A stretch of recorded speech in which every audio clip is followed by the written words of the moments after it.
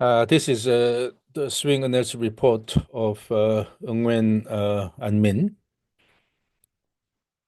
Let's first take a look at some general things here. So what you see here is the cleavage speed, and on the average, the cleavage speed came out as about 107.1 miles per hour, which is slightly lower than elite man's average. Here, elite man means professional players, college players, and then some teaching professionals. And considering Min's age, this speed is fairly good. And also, when the cleavage speed is normalized to the body height, then he's generating more force than the elite man's average. So for his height, he's actually generating good speed here. And then the overall swing time is less than 1,000 milliseconds, about 950 milliseconds here, which is good. So faster backswing gives a bit overall shorter swing time, and which is what I promote.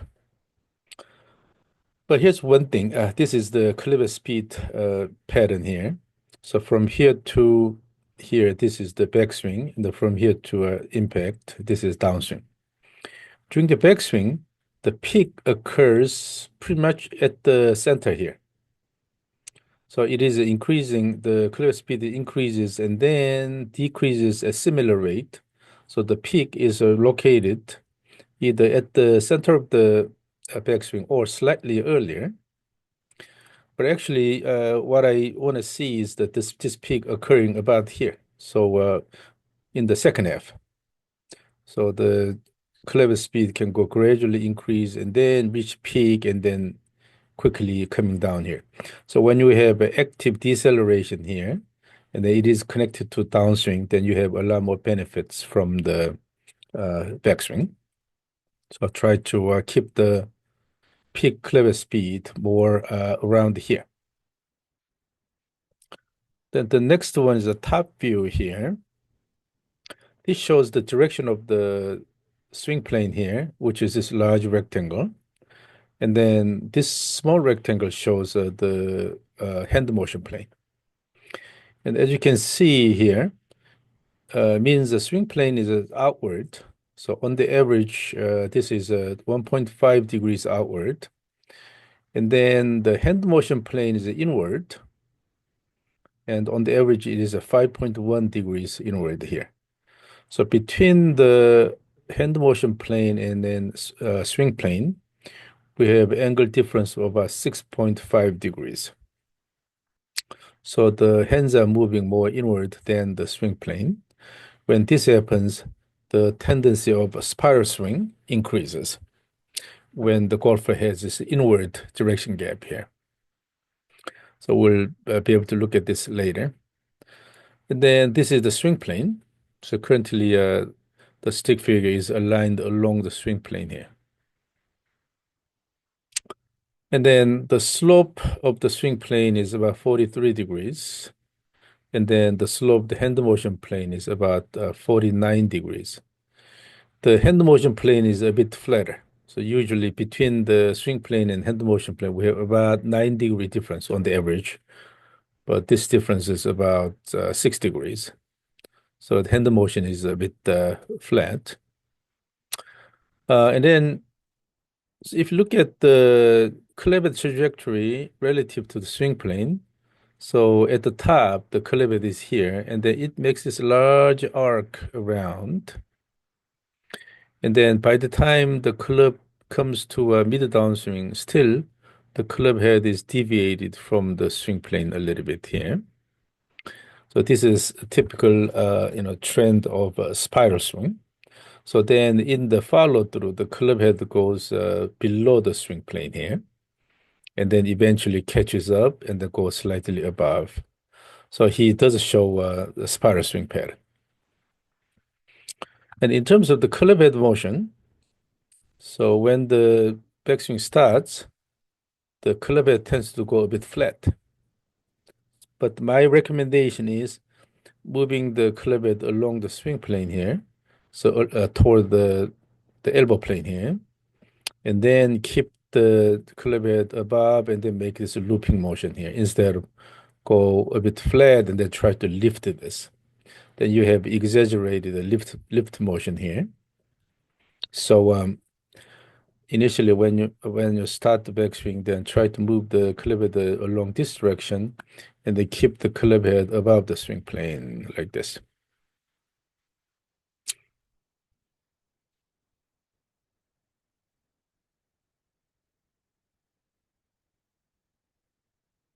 And on the way down, as you can see in this stick figure here, he tends to sit down quite a bit here, so squat quite a bit.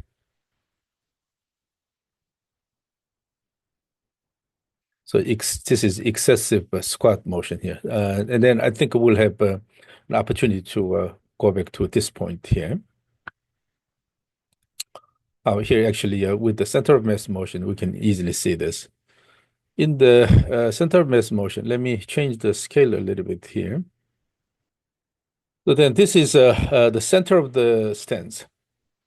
And then the height is the initial center of mass position of the initial center of mass position. But the horizontal position, this is the center of the stance here. And then as the backswing starts, the center of mass moves laterally in the away direction and goes up here.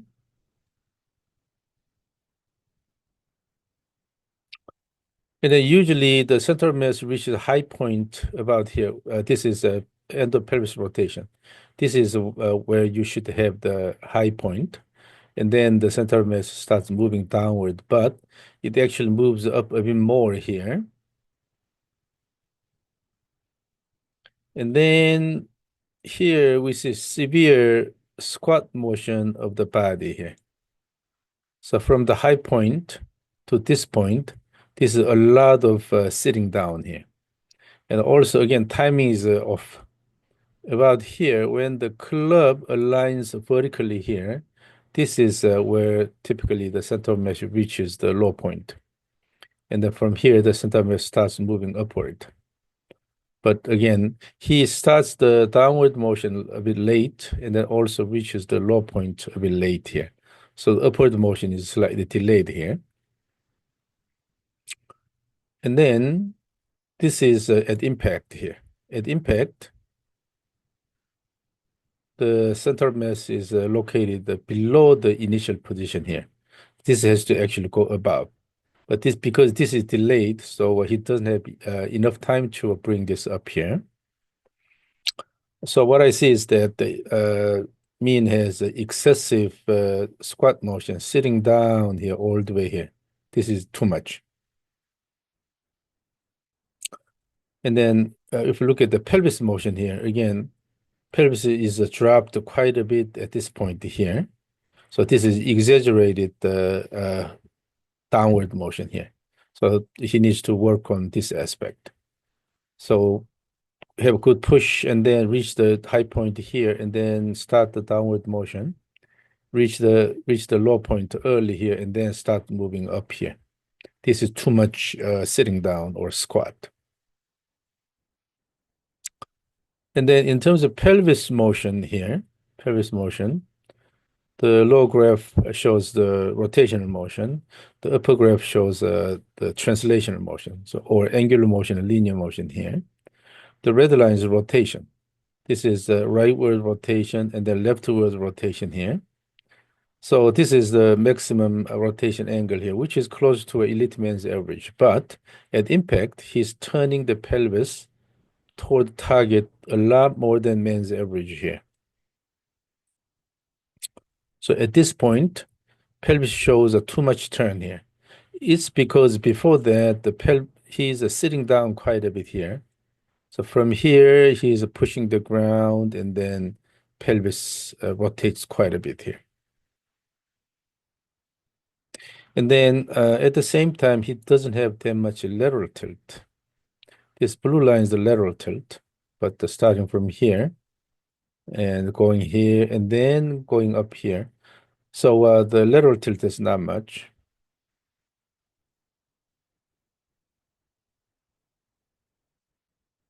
And then so when this happens, this green line is a forward backward tilt or anterior posterior tilt, but it's also showing some different pattern from the typical average pattern. This is translational motion here. What we can see is that forward backward motion is very unusual here. So initially, the pelvis will start moving forward and then reaches this point, this peak at the end of pelvis rotation. Up to this point is okay. But then it'll move slightly backward and then it has to move forward again. But it keeps moving backward. It's because he's sitting down quite a bit. And then the pelvis is essentially sliding backward excessively here. But in the second part of the downswing, he needs to work on the pelvis motion here. If the lead leg action is proper, then this will go slightly backward and then the pelvis starts moving forward again here. And then this blue line shows up and down motion, but his pelvis is dropping quite a bit here, all the way here. The timing is a bit late here. So because of this delayed lowering of the pelvis, in order to lower your pelvis, then your pelvis has to slide backward. As a result, the red line goes negative here. So that means he needs to work on the interaction with the ground and develop more rhythmic motion. So there's a lot of room for improvement in terms of how he uses the ground. And then the X factor here, the blue line here shows the X factor. X factor shows the torsional separation between the hip line and the shoulder line here. And then about here, the X factor becomes a 0 here because these two lines are parallel to each other. But after that, the shoulder turns more. So we start seeing this separation, torsion separation. And the X factor keeps increasing up to this point, but then this becomes a flat here. So up to this point, the separation increases, but after this, it does not have any more separation between the hips and shoulders. Then here, the main motion is coming from the arms here, while the body stops separating. And then from here, it increases again here. This is because this is end of pelvis rotation. So now the pelvis starts rotating in the downward direction. With that, the X factor increases. And this is mainly coming from early pelvis action here because he's sitting down quite a bit. The pelvis is sliding backward and opening. So with that, X factor further increases. And then peak occurs here. This actually means a poor backswing here. So he has you know, a bit more downswing stretch here from the top of backswing to this maximum here. But this basically means that he has a poor backswing in terms of the trunk motion. So again, this is called the early separation pattern. Up to this point, the separation continues, but from here, almost no separation. It just plateaus. And then later, the body knows that it's not quite ready to start downswing, so it keeps increasing again. So he has this relatively large downswing stretch here. This again means a poor backswing. In terms of kinematic sequence here,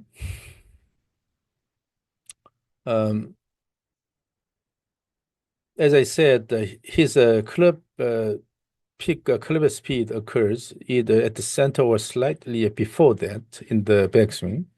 What that means is that then the body, the red line is pelvis, and then green is thorax, and then blue is the shoulders, but the body will reach peak angular velocity early. So as you can see, the pelvis reaches peak angular velocity here. Then the thorax and the shoulders about here. That these are happening early. As a result, the club peak angular velocity also occurs early here. But actually, pelvis, thorax, and shoulders, they have to reach peak angular velocity about the center here. then the arm angular velocity peak and the club angular velocity peak, these will be delayed. So these are moving more toward the transition point here. But he has a quick, early pelvis action here, and then slows down, and then he has a long period of hesitation here. And then in the transition here, it generally has a proximal to distal transition here. But these are the arms and club are clustered here. So it's tendency of slight clustered transition, but in general, it's uh, central to peripheral or proximal to distal sequence. And then in the downswing, the kinematic sequence is determined by the timings of the peak angular velocities, but the pelvis here, thorax and the shoulders and the arms here, but the pelvis and the thorax, these are slightly delayed. The peak has to occur a bit earlier, about here, but it's a slightly delayed. It's because he's sitting down here, and that the left knee is bent quite a bit at this point here. And then compared to the men's average here, elite men's average, this is the wrist angular velocity. And the wrist angular velocity peak is below the men's average here. As a result, the club angular velocity is also below the average. And then when you look at this pink line, the wrist angular velocity, so the negative side is cocking, positive is uncocking here. And the uncocking starts actually at the top of action here. This is called the early uncocking.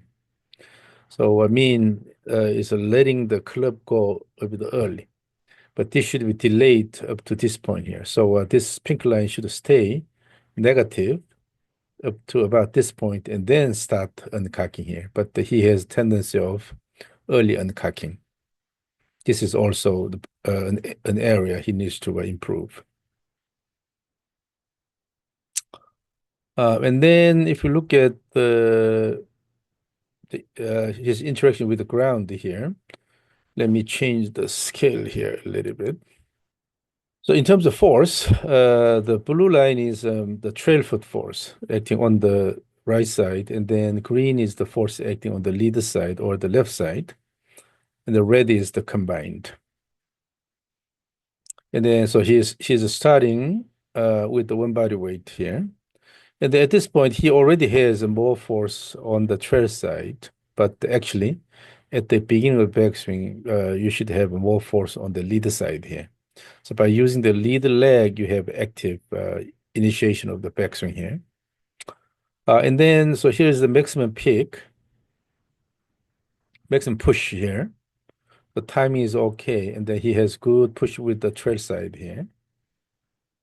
And then the unrating phase starts here and continues unrating, but the unrating has to be completed about here. The unrating peak has to occur about here. So more continuous unrating to this point, and then now this should increase. But because here, he's dropping his body quite a bit here, okay, by flexing the lead knee. So let's see this to this level here. This is too much. As a result, maximum unrating occurs here. This is delayed. And then after that, he has a hard push here. And then, so lead leg alone is generating force close to 2 times the body weight, but this is too much. This force is going above 2.5 times the body weight. This is too much. The peak force here, the timing is very late here. The peak force should occur about here, okay, when the club is aligned vertically. This is where you should have a peak force, but this is severely delayed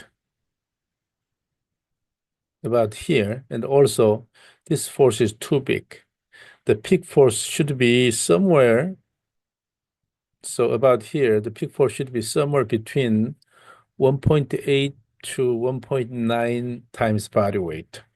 If it's more than that, particularly if it's over 2 times the body weight, then it's too much push, unnecessary too much push. when you have too much push here, then what happens is that impact, you will have, after impact, you will have this severe unweighting. But so after this here, after that, you will see the force decreases substantially, and then he has just jumping action. This is a delayed onset of push, but too much push here. Then after impact, he's pretty much jumping from the ground.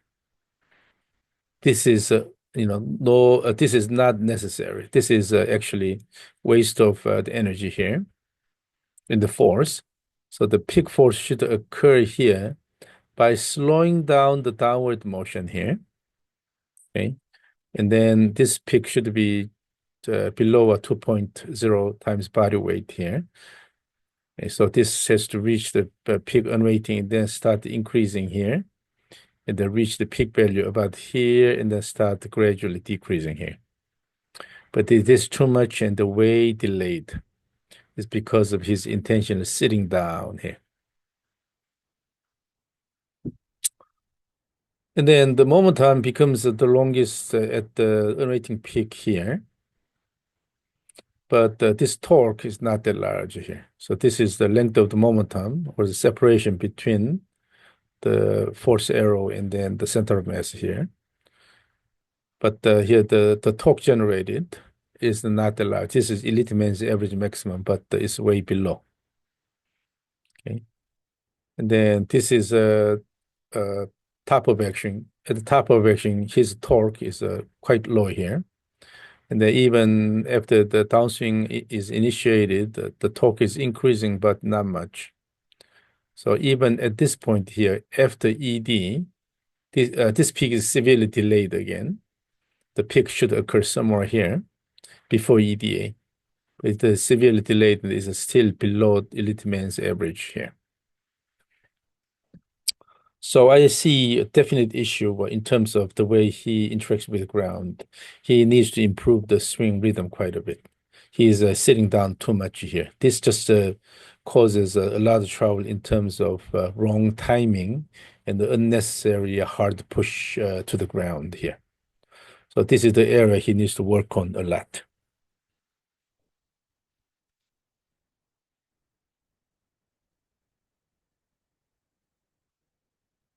And then this is the forward backward force here, forward backward force. And then it has a symmetric pattern here and also almost a symmetric here. And then here it goes to zero and then stays for a while, but this should be eliminated. So it should pretty much going straight to this side, going straight to this side here. This means a hesitation or unnecessary time spent here. So this should be shortened here. It's because he has really quick early action. The pelvis rotates quite early, and after that he has a long time. Just is mainly using the arms here. So that's why he has this hesitation here. So I have some other areas, but I'll just limit it to this. So as I see the report here, Min needs to work on the rhythm and interaction with the ground quite a bit here. Okay, so I see many issues in this pattern here, particularly delayed unweighting peak and the severely delayed maximum force here. And this is unnecessarily large force acting here. And essentially, so he's not generating that much torque here as a result. So this is one area he needs to work on quite a bit. So hopefully next time when I visit Hanoi, then I'd like to have a chance to work with Min, so that we can work on this aspect here. Okay, this is a brief explanation about what I see in his report.